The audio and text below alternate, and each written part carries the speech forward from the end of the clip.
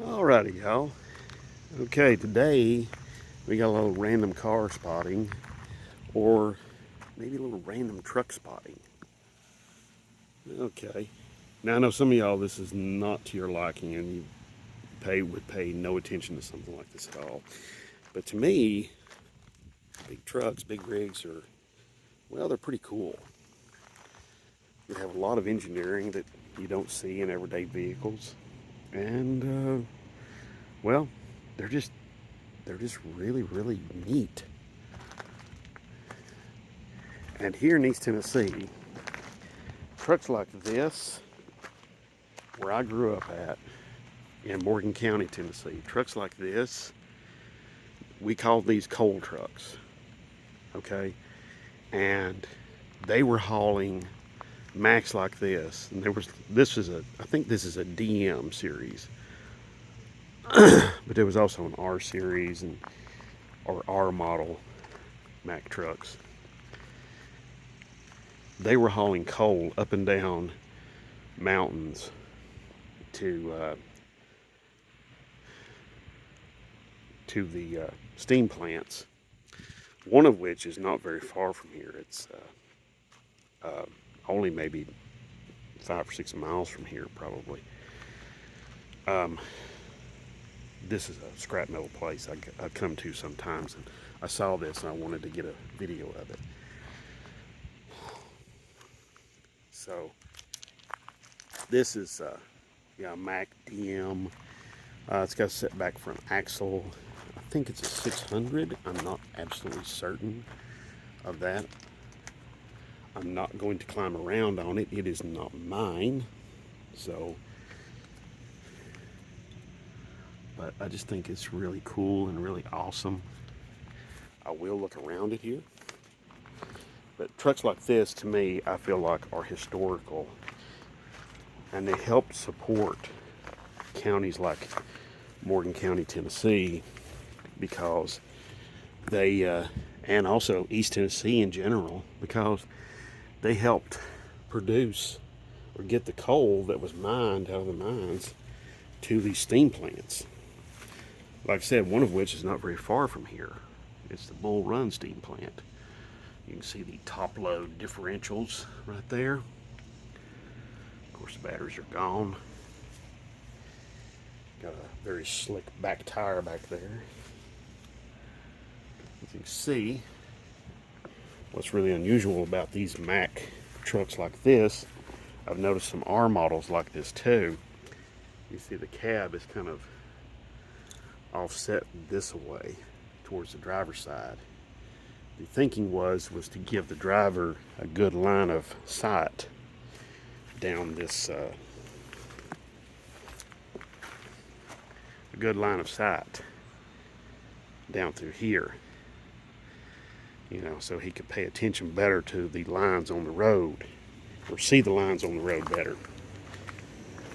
Now, of course, it set the driver over towards the driver's side, the left side of the truck, which meant that you can see the right side here, the passenger side, is, well, there's the frame. On the other side, the cab, the driver's side, the cab, or left side, the cab is way out here, okay? But, yeah, trucks like this are very historical, to me anyway.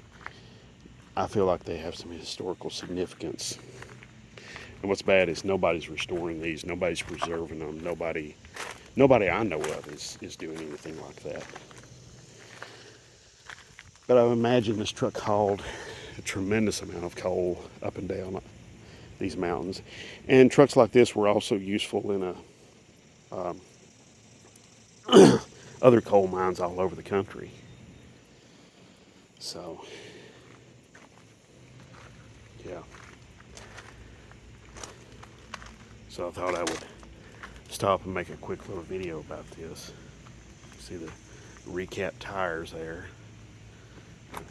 Massive central leaf spring right there. That one leaf spring suspends both rear axles. It's pretty awesome. It's kind of a bogey-like deal. It That's kind of a center pivot right there. See the Mack axles there. Mack made a lot of their own stuff. Engines, transmissions, rear axles, front axles. You know, no doubt made the truck more expensive, but it also made the truck tremendously more durable, because Mack was able to engineer in-house all of these items. So, yeah, like I said, these trucks are historically significant to me, because they helped, let's just get something straight, okay? Places like Morgan County, Tennessee, other counties where coal mining was a big thing, they never were like, booming and bustling. Oh, sure, they might have been booming at one time, but that long past.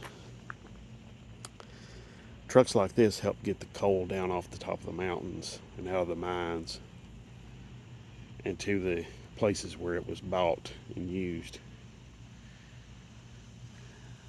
You see the rust in the bed there's really taking its toll on it. But you're not seeing things. This is actually fiberglass. So, yeah, you can see some dealership stickers right there. Maybe where this was sold new, or even maybe second or third hand.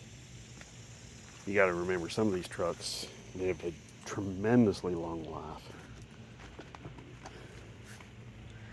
They were so valuable, and not only that, they were so, these trucks were so expensive to reproduce, expensive to produce.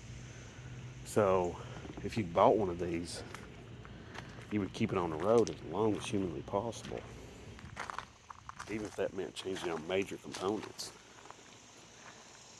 It was a tremendously money-saving thing. But, these trucks, I think, helped places like where I lived, Morgan County, Tennessee, helped it survive. Helped East Tennessee survive. Because while you got places like Knoxville that can do pretty well for themselves, you got places like this, like, places like Petros, and places like Caryville, Tennessee, and places like that didn't have it so good.